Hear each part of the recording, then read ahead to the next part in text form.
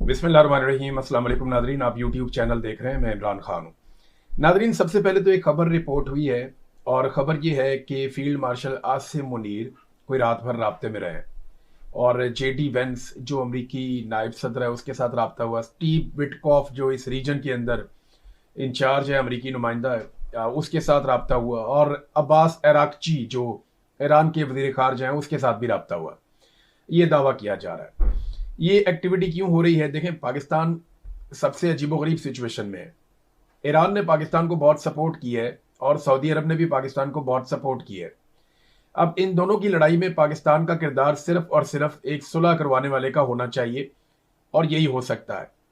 लेकिन अगर पाकिस्तान को इस लड़ाई में उतरना पड़ गया तो सऊदी अरब ने पाकिस्तान को बहुत सारा पैसा वैसा दिया हुआ है, हमारे कौमी खजाने का सत्यानाश हो जाएगा।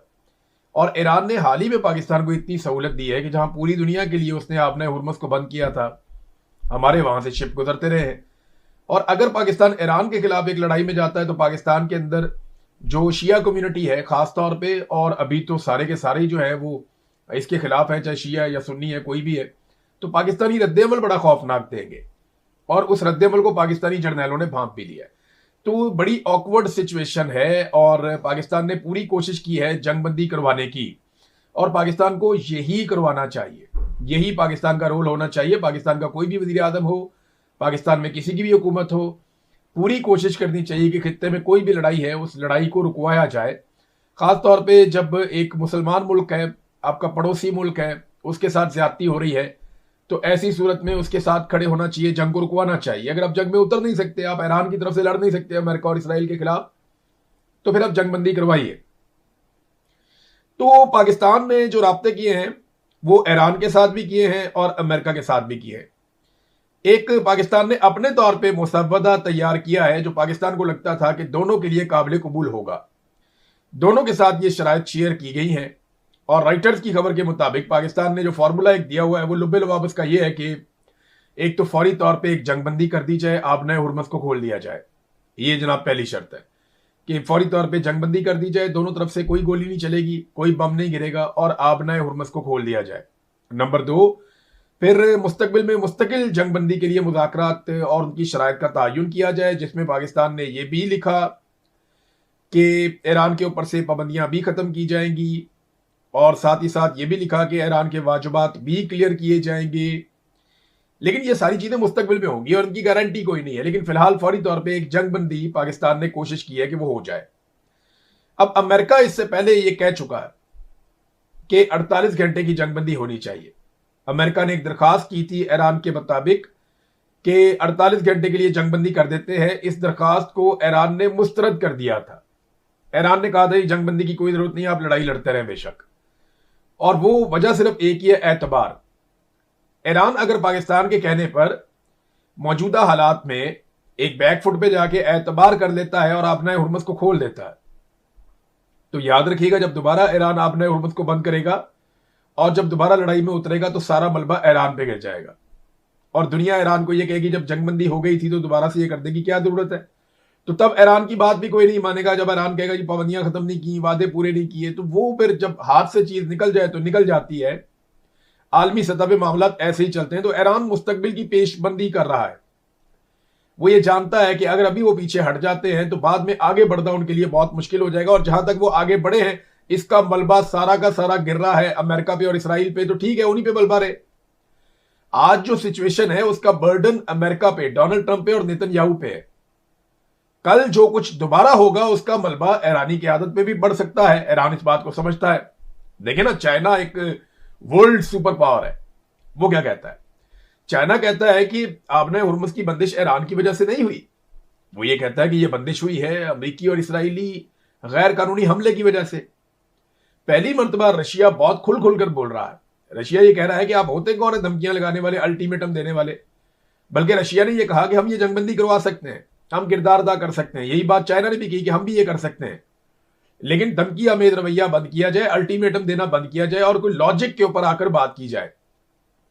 ईरान ने जो मांगा वो बड़ा जायज है। ईरान ने कहा जी कि आप हमारे ऊपर आइंदा कभी हमला नहीं करेंगे, इसकी गारंटी देंगे आप।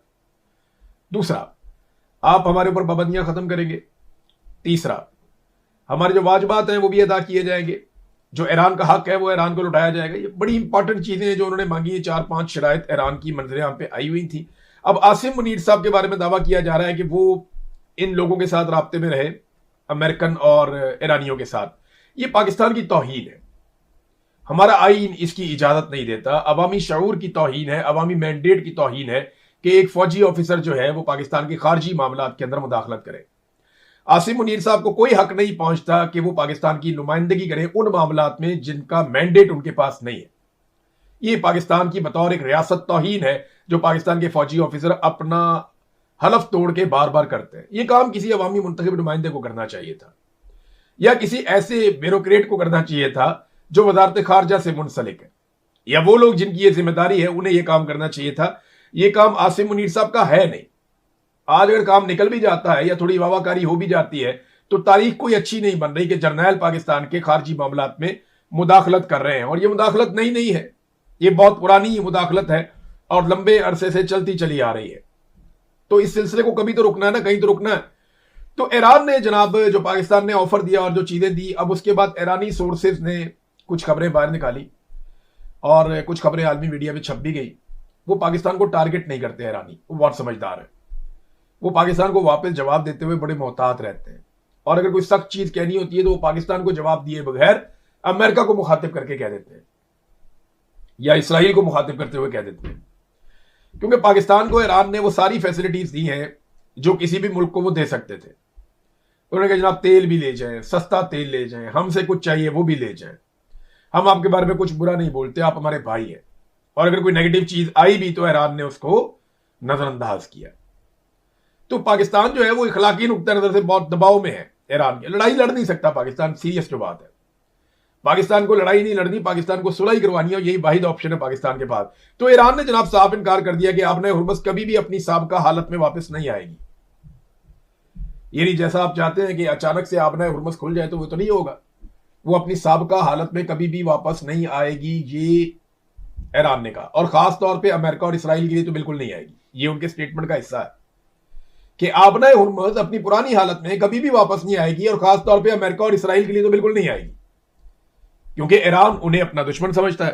तो नाज़रीन, डोनाल्ड ट्रंप की जो गालियां और धमकियां हैं उनको आलमी सतह पे बहुत अजीबोगरीब किस्म के रद्दअमल का सामना करना पड़ रहा है। यानी अमरीकी सदर है, बहुत बड़ा ओहदा है उसके पास, लेकिन एमनेस्टी इंटरनेशनल की सरबराह जो है उन्होंने कहा डोनाल्ड ट्रंप की धमकियां नफरत अंगेज है। उन्होंने क्लियरली यह करार दिया। फिर डोनाल्ड ट्रंप की गालियों को लेकर अमेरिका के अंदर रद्दअमल आ रहा है। अमेरिका के अपने सेनेटर्स और सीनियर सियासतदान वो ये कह रहे हैं कि ये आदमी ज़हनी मरीज है, और एक ज़हनी मरीज के हाथों में अमेरिकन क़यादत जा चुकी है। ईरानी भी इस प्रोपेगेंडा को बहुत ज़्यादा फैला रहे हैं। ईरान की जितनी भी एम्बेसियाँ हैं मुख्तलिफ ममालिक में, वहाँ पर जो सफ़ीर हैं ईरान के, उनकी एक अजीब ड्यूटी लग गई है। वो सारे डोनाल्ड ट्रंप को और अमरीकी हुकूमत को ट्रोल करना शुरू हो गए हैं। उन्होंने वो मजाक उड़ाया और इस किस्म के खाके और इस किस्म के लतीफ़े बना बना के वो लगा रहे हैं कि पूरी दुनिया में अमेरिका का मजाक उड़ रहा है। नाज़रीन, कुर्दों ने भी एक प्रैंक कर दिया डोनाल्ड ट्रंप के साथ। कुर्द, आपको मैं बता देता हूँ, ये इराक और ईरान के बॉर्डर के ऊपर रहते हैं। कुछ जो कुर्द हैं वो ये तुर्की के बॉर्डर के ऊपर रहते हैं। तो ये पूरा कुर्दिस्तान का उनका एक ख्वाब है कि उनका अपना एक मुल्क भी अलग से बन जाए, और ये शाम तक रहते हैं। ये कुर्दों की एक बहुत बड़ी आबादी है जो शाम, तुर्की, ईरान और इराक, इनकी सरहदों के ऊपर एक पूरा बहुत बड़ा एरिया है जिसे वो लोग अपनी ज़ुबान में वो कहते हैं जी कुर्दिस्तान है ये हमारा। तो यहाँ कुर्दों की बहुत बड़ी आबादी है। ये बड़े जंगजू लोग हैं, बड़े मजबूत लोग हैं, इनके कबाइल बड़े तगड़े हैं। ये जो कुर्द है ना, इनके बारे में एक बड़ी मशहूर शख्सियत है जिन्होंने यरूशलेम फतह किया था। उनका नाम था सलाहुद्दीन अय्यूबी। सलाहुद्दीन अय्यूबी एक कुर्द थे और उन्होंने यरूशलेम फतह किया था, और कुर्दों को उनके नाम से जाना भी जाता है। तो अब आपको आइडिया हो गया इनकी कितनी ज़बरदस्त तारीख है और ये कितने तगड़े लोग हैं।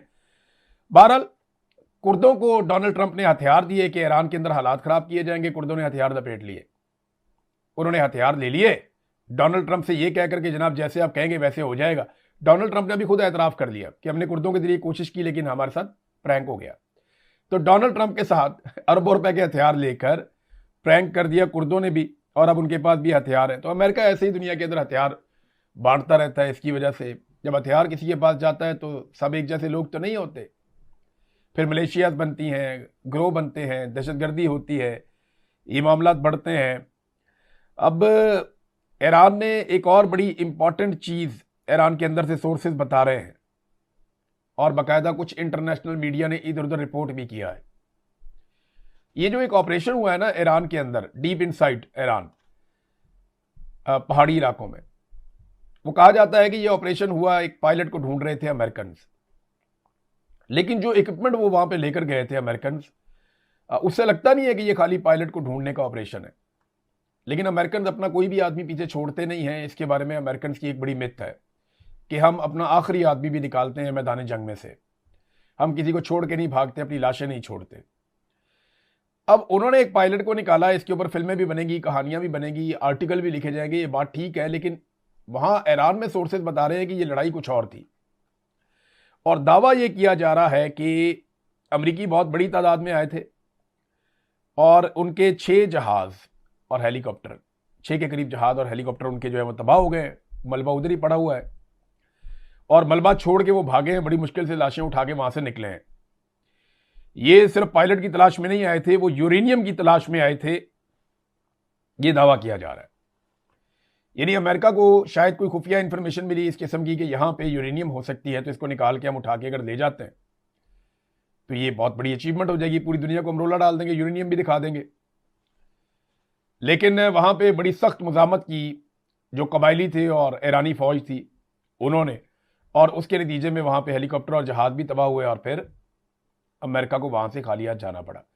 ये ईरान की साइड ऑफ द स्टोरी है कि ये एक अमेरिकी ऑपरेशन था और एक नाकाम ऑपरेशन था जिसमें वो अपनी लाशें लेकर भागे हैं। जबकि अमेरिकन ये कह रहे हैं कि हमारा एक फौजी जो कर्नल था एयरफोर्स का, वो वहां गिर गया था और उसको उठाने के लिए इजेक्ट किया था उसने अपने आप को, तो उसको उठाने के लिए वहां पे फोर्सेस गई थी और उसमें बहुत नुकसान हुआ। लेकिन इसके बावजूद और बंदे भी मारे गए, लेकिन उस फौजी को, एयरफोर्स के कर्नल को वहां से रेस्क्यू कर लिया गया। ये दावा अमेरिका की जानिब से है। लेकिन तारीख बड़ी जालिम चीज़ है, हकायक और चीज़ें सामने आ जाएंगी। तस्वीर तो आ गई हैं कि C-130 वहाँ पड़ा हुआ है, किधर पड़ा हुआ है, हेलीकॉप्टर गिरे हुए हैं, जहाज़ गिरे हुए हैं, अजीबोगरीब मलबा फैला हुआ है हर तरफ। तो ऐसा लग रहा था कि अमेरिकन एयरफोर्स का छोटा सा कब्रिस्तान बना हुआ है वहाँ पे। नाजरीन, अब जरा पाकिस्तान के अंदर आ जाएं आप। पाकिस्तान में इमरान खान साहब का केस लगा हुआ था इस्लामाबाद हाई कोर्ट में। इमरान खान साहब के वकला और फैमिली सुबह सुबह निकले और पहुंचे, अलग अलग जगहों से सारे आ गए, इस्लामाबाद में हाई कोर्ट के अंदर आ गए और पता चला जनाब जजेज ही गायब हैं। अमले से पूछा, राब्ता किया, उन्होंने कहा जी जजेस तो चले गए मीटिंग में। जी कहाँ मीटिंग में चले गए, आज तो तारीख दी हुई थी। उन्होंने कहा जी जजेस मीटिंग में चले गए हैं और मीटिंग जो है वो सुप्रीम कोर्ट में है। अब इमरान खान साहब की बहन अलीमा खानम के साथ जो सेक्रेटरी है उनका एक मुकालमा भी हुआ। तो इमरान खान की बहन ने पूछा कि आज केस क्यों नहीं सुन रहे, तो सेक्रेटरी ने कहा चीफ जस्टिस सुप्रीम कोर्ट गए हैं। तो अलीमा खानम ने कहा कि कल को समाअत होगी, तो उन्होंने कहा नहीं जी, कल तुर्किश डेलीगेशन आ रहा है, उसका इस्तकबाल करना, उसकी मेज़बानी करनी है। तो अलीमा खानम ने कहा जी फिर हम तुर्किश मीडिया के पास जाते हैं, उनको जाकर बताते हैं जिनके आप मेहमान बने हुए हैं वो नाइंसाफ़ी कर रहे हैं, ज्यादती कर रहे हैं, वो हमें इंसाफ नहीं दे रहे, और फिर उसके बाद क्या अगले दिन केस सुन लेंगे। तो इस पे सेक्रेटरी ने कहा जी मैं कुछ नहीं कह सकता, चीफ जस्टिस आएंगे तो वो बताएंगे। फिर इमरान खान साहब की बहनें वहां पे बैठ गई, उन्होंने एहतजाज शुरू कर दिया। उन्होंने कहा जी इमरान खान ने हमें कहा था कि अब मेरी पार्टी को जाकर ये पैगाम दें कि वो क्यों नहीं अदालत से तारीख लेते और तारीख लिए बगैर अदालत से क्यों उठ जाते हैं, तो हम यहां बैठे हम तारीख लेकर जाएंगे। वो फिर बैठ गए वहां पर, उन्होंने धरना दे दिया। अब वहां पर एक अजीबोगरीब सिचुएशन क्रिएट हो गई। इमरान खान साहब के वकला आए, सलमान अकरम राजा साहब आए, सलमान सफदर साहब आए, उन्होंने आकर कहा जनाब ये तो इमरान खान का केस, इसकी औकात ही कोई नहीं है, खुली अदालत के अंदर जब भी ये केस लगेगा ये केस नहीं ठहर सकता, ये नाइंसाफी है, ये ज्यादा देर नहीं ठहर सकती, लिहाजा अब जजेस केसेस को सुन ही नहीं रहे। सलमान अकरम राजा ने कहा जी 35 साल से मैंने ऐसा कोई निज़ाम इंसाफ नहीं देखा जो पाकिस्तान में इस वक्त सूरत बना दी गई है। बहरहाल जब दबाव बढ़ा तो अदालत ने ये कह दिया जनाब कल समाअत हो जाएगी और 3 बजे आपको इतला कर दी जाएगी कि समाअत कितने बजे होगी। ये अब तक की इतला है, बाकी इन्फॉर्मेशन आएगी तो आपके साथ नेक्स्ट वीलॉग में शेयर कर दी जाएगी। अंदाजा करें इनकी जजों की तकारीब चल रही हैं, जजों के डेलीगेशनों के साथ मुलाकातें चल रही हैं। और भाई तुम लोगों को रखा यहाँ पे इंसाफ देने के लिए, कौम पैसा देती है इंसाफ के लिए, तनख्वाह मिलती है, मुराद मिलती है इंसाफ देने के लिए। अदालत के अंदर बैठो, बैठ कर इंसाफ दो। कितने ही लोग जबरी तौर पर लापता हैं, कितने ही लोगों का हक मारा गया है, कितने ही मजलूम बेचारे जेलों के अंदर बंद हैं। कितने लोगों का मालो दौलत माफिया खा गया है, सरकार ने कितना लोगों का जीना हराम किया है। बेशुमार चीज़ें ऐसी हैं जहां पे अदालत को काम करना है, लेकिन अदालत और जजेस सिर्फ अपनी मुराद इंजॉय कर रहे हैं, कोई भी इंसाफ देने के लिए मौजूद नहीं है। नाज़रीन, अवाम को ये कफायत शारी का कह रहे हैं और खुद करोड़ों के इश्तिहारात रोजाना की बुनियाद पर लगा रहे हैं। पीपल्स पार्टी हो या हुक्मरान जमातें हो, ये सारे के सारे प्रोटोकॉल इंजॉय कर रहे हैं। अगर आप आसिफ अली जरदारी का प्रोटोकॉल देख लें, यूसुफ रज़ा गिलानी का देख लें, बिलावल जरदारी का देख लें, शहबाज शरीफ का या उसके वज़रा का देख लें, और सबसे बढ़ के अगर आप मरियम नवाज का देख लें, क्योंकि उसके दिमाग में एक कीड़ा है कि मेरे से ज़्यादा प्रोटोकॉल किसी का नहीं होना चाहिए। ये भी तो एक खबत होता है ना, मेरे से अच्छे कपड़े किसी के ना हो, मेरे से अच्छे जूते किसी के ना हो, मेरे से अच्छी शक्ल किसी की ना लगे, मेरे से ज़्यादा प्रोटोकॉल किसी का ना हो, और दुनिया में सबसे पहले, दुनिया में सबसे आगे, पाकिस्तान में पहली मरतबा, ये इस किस्म के नारे इनके होते हैं। हालांकि टके का इन्होंने काम नहीं किया जब से इनको इक़्तिदार मिला है। सिर्फ अगर ये एक डाटा जारी कर दें ना और बता दें कि इमरान खान के दौर में वज़ीर आज़म हाउस या वज़ीर आज़म ऑफिस का खर्चा कितना था और आज कितना है, तो इनकी कफायत शारी का पोल खुल जाएगा। सिर्फ ये डाटा जारी कर दें कि उस्मान बुज़दार के दौर में वज़ीर आला हाउस का खर्चा कितना था और आज कितना है, तो इनकी कफायत शारी का पोल खुल जाएगा। ये भी मालूम करवा लें कि ऐवान सदर का खर्चा आरिफ अलवी के दौर में कितना था और आज आसिफ अली जरदारी के दौर में कितना है, तो इनका ये भी पोल खुल जाएगा। और तवज्जो इनकी कहाँ पे? बदला लेने पे। इससे बदला लो, उससे बदला लो, उसको गायब करो। अब मूसा विर्क, उनको भी गिरफ्तार कर दिया, गायब कर दिया। बल्कि या बेशुमार कारकुन है पाकिस्तान तहरीक इंसाफ के या सोशल मीडिया के एक्टिविस्ट हैं, उनको बार बार उठा लिया जाता है, उनके साथ जुल्म किया जाता है, जबरी तौर पर लापता रखा जाता है। नसीम शाह बेचारा एक क्रिकेटर है, पाकिस्तान के लिए उसने नाम रोशन किया है, एक तेज तरीन बॉलर है पाकिस्तान का, बड़ी अच्छी कारकर्दगी है, पाकिस्तान को उसने मैचेस जितवाए हैं। अब उस नसीम शाह के ऊपर गैर मुअय्यना मुद्दत के लिए पीएसएल से उनको बाहर कर दिया गया। बहाना क्या है जी? साइड इंजरी हो गई है, बस इंजर्ड हो गया, बेचारा बोल ही नहीं सकता बंदा। थोड़ा सा पहले कुछ और खिलाड़ी हैं, उनके बारे में कहा जी अनफिट हो गए, वो खिलाड़ी कहीं और मैचेस खेल रहे थे, वो कहते जी हम तो फिट हैं, हमें तो खुद साथ लेकर नहीं गए, क्योंकि पर्चियां थी, उनको साथ लेकर जाना था बांग्लादेश में खेलने के लिए। तो बांग्लादेश में पर्चियों को खिलाने के लिए जो रियल प्लेयर है पाकिस्तान के, उनको छोड़कर चले गए पाकिस्तान में, और यहां पाकिस्तान के अंदर वो यहां खेल रहे थे और बहाना बनाया हुआ था जी इनको इंजरी हो गई है। अब एक ट्वीट जिसका डिस्क्लेमर भी जारी किया और ये कहा नसीम शाह ने कि मैंने नहीं किया हुआ, जिस बंदे के पास मेरा अकाउंट था उसने कर दिया, उसको निकाल भी दिया, उसके ऊपर मादरत भी कर दी। लेकिन आप अंदाजा करें ना कि ये जो ईगो है ना, ये सेटिस्फाई नहीं होती जब तक कि ये दफन ना कर दे मुखालिफ सोच को। ये एक मार्शलिज्म है। जिस तरह की पैदाइश नवाज शरीफ की हुई सियासत में, बिल्कुल उससे बुरी पैदाइश मरियम नवाज की हुई है सियासत में। जिस वक्त इनके पीछे से बूट निकल जाएंगे ना, जिन तस्मों के साथ ये लटके हुए हैं वो इनके हाथों से छूट जाएंगे, तो मुझे नजर आ रहा है कि ये निशाने इबरत बन जाएंगे, इनके पल्ले कख नहीं बचेगा। अवाम तो इनसे पहले ही नफरत करती है, और आप देखिएगा जिस वक्त बूट इनके पीछे से निकल गया तो ये अवाम के बूटों के निशाने पे होंगे। अब तक के लिए इतनी, अपना ख्याल रखिएगा, अपने चैनल का भी। अल्लाह हाफ़िज़।